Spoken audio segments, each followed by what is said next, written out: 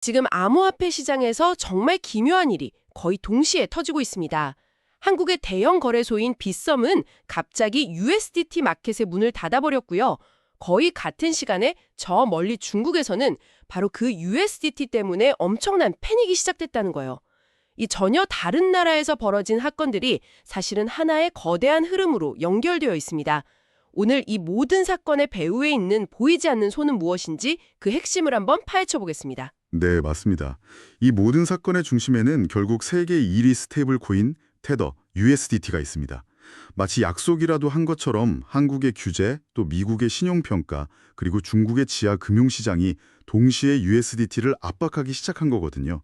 이건 단순한 해프닝이 아니라 어쩌면 시장의 구조 자체가 바뀌는 신호일 수 있습니다. 자, 그럼 하나씩 풀어보죠. 가장 먼저 한국의 빗썸 이야기입니다.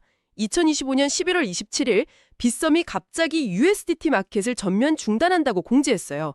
공식적인 이유는 시스템 안정화였는데 이게 다는 아니겠죠? 네, 당연히 아니죠. 진짜 이유는 금융정보분석원, 우리가 흔히 코파이유라고 부르는 곳의 자금 세탁 방지 AML 실사 때문이었습니다. 아, 역시 금융당국이 움직였군요. 네, 쉽게 말해서 너희 거래소 검은 돈 흐르지 않게 관리 잘하고 있냐 이걸 본 건데 여기서 빗썸의 USDT 마켓 운용 방식이 문제가 된 겁니다. 운영 방식이라면 그 해외 거래소랑 쓰던 호가 공유 구조 말씀이시죠? 이게 투자자한테는 거래량도 많아 보이고 그래서 좋은 거 아닌가요? 투자자 입장에서는 그렇죠. 근데 규제 당국 시각에서는 완전히 다릅니다.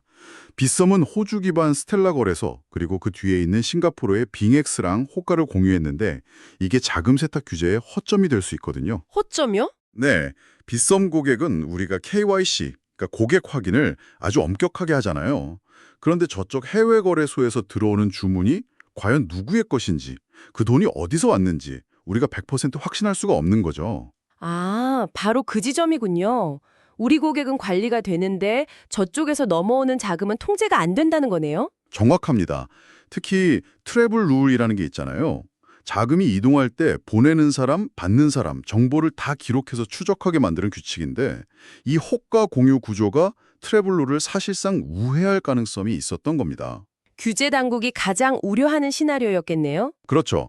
결국 빗썸은 USDT 관련 페어 10개를 전부 중단하고 기존 주문까지 다 취소하는 초강수를 둘 수밖에 없었던 겁니다. 와, 이게 근데 정말 흥미로운 지점이 빗썸 사태랑 거의 동시에 미국에서 또 다른 폭탄이 터졌다는 거예요.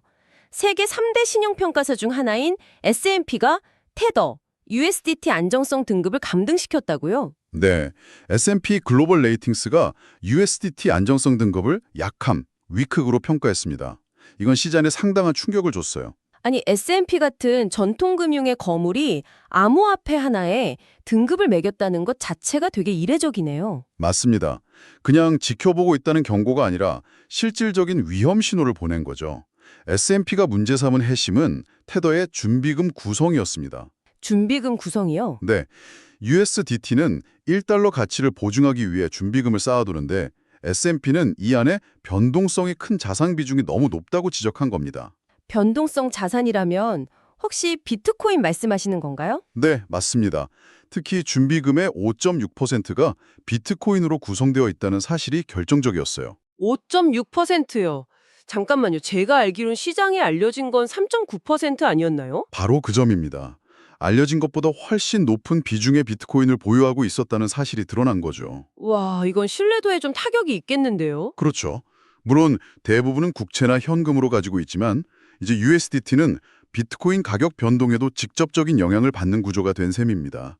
1달러 가치 유지가 더 위험해질 수 있다는 공식적인 경고인 거예요. 그렇군요. 담보자산이 오히려 위험자산이 되어버린 구조라는 지적이네요. 자, 그럼 이 두 사건, 한국의 규제, 미국의 신용도 경고. 이게 왜 중국 시장에 그렇게 엄청난 공포를 불러왔을까요? 중국은 공식적으로 암호화폐가 금지된 나라인데 말이죠. 공식적으로는 금지지만 현실은 전혀 다릅니다. 2024년 기준으로 중국 내 비트코인 보유자가 2천만 명이 넘는 걸로 추정돼요. 그리고 이들 대부분이 USDT를 통해서 자산을 이동시키고 거래합니다. 2천만 명이요? 네, 중국 투자자들에게 USDT는 단순한 코인이 아니라 사실상의 금융 생명선 역할을 하고 있습니다. 금융생명선이라니요? 구체적으로 어떤 의미죠? 중국은 외환 통제가 굉장히 엄격하잖아요. 근데 해외로 자산을 옮기거나 할 때 이 USDT가 보이 유일한 탈출구였던 겁니다. 중국 지하시장의 자금 흐름이 위안화, USDT, 해외 거래소, 비트코인 이 루트를 따르거든요. 그런 상황에서 USDT의 안정성이 흔들린다는 소식이 들리니까 생명선이 끊어질 수 있다는 공포가 확산된 거군요. 맞습니다. 중국 소셜미디어 웨이보에서는 이 폭탄이 터지면 시장은 끝난다. 나는 공포 섞인 반응이 막 쏟아져 나왔고요. 또 한쪽에서는 테더가 망한다는 얘기는 10년째다. 이런 냉소적인 반응도 동시에 나왔습니다. 반응이 극과 극이네요. 네. 근데 불안감의 크기는 과거와는 비교할 수 없을 정도로 커졌어요. 이번엔 정말 다르다는 거죠. 정리해보면 한국에서는 규제 때문에 시장이 닫혔고 미국에서는 준비금 문제로 경고를 받았고 중국에서는 이 두 가지가 합쳐져서 지하 유동성이 붕괴될 수 있다는 공포로 터져 나왔네요. 이 모든 걸 관통하는 공통 분모는 뭘까요? 바로 규제입니다. 전 세계 주요국들이 각자의 방식으로 스테이블 코인을 중앙 규제의 테이블 위로 끌어올리고 있는 겁니다. 민간이 발행한 글로벌 화폐, 즉 USDT를 더 이상 방치하지 않겠다는 아주 강력한 신호죠. 그렇다면 이런 흐름은 자연스럽게 USDC처럼 규제 친화적인 스테이블 코인이나 각국 정부가 추진하는 CBDC 같은 허가받은 디지털 화폐들의 입지를 강화시켜 주겠네요. 네, 그럴 가능성이 아주 높습니다. 시장의 패러다임이 바뀔 수 있는 거죠. 그렇다면 이 상황을 지켜보는 투자자 입장에서 지금 가장 중요하게 확인해야 할 점은 뭘까요? 네, 딱 세 가지만 주목하시면 됩니다.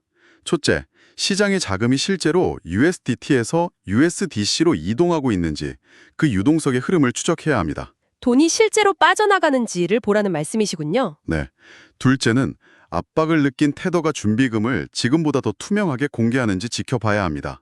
신뢰 회복의 문제죠. 마지막은요?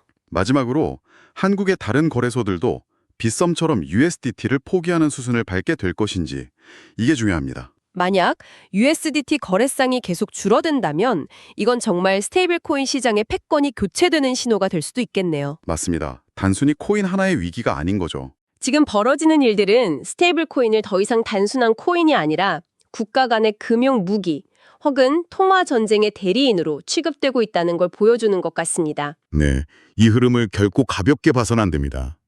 이게 단기적인 공포로 끝날지 아니면 디지털 통화 시장의 근본적인 구조 변화로 이어질지 그 기로에 서 있습니다. 마지막으로 청취자 여러분께 질문을 하나 던지고 싶네요. 여러분께서는 지금의 상황이 일시적인 위기라고 보시나요? 아니면 새로운 질서가 만들어지는 거대한 전환점의 시작이라고 보시나요? 이 질문에 대한 자신만의 답을 찾아보는 것이 지금 가장 중요한 전략이 될 겁니다. 시청해주셔서 감사합니다.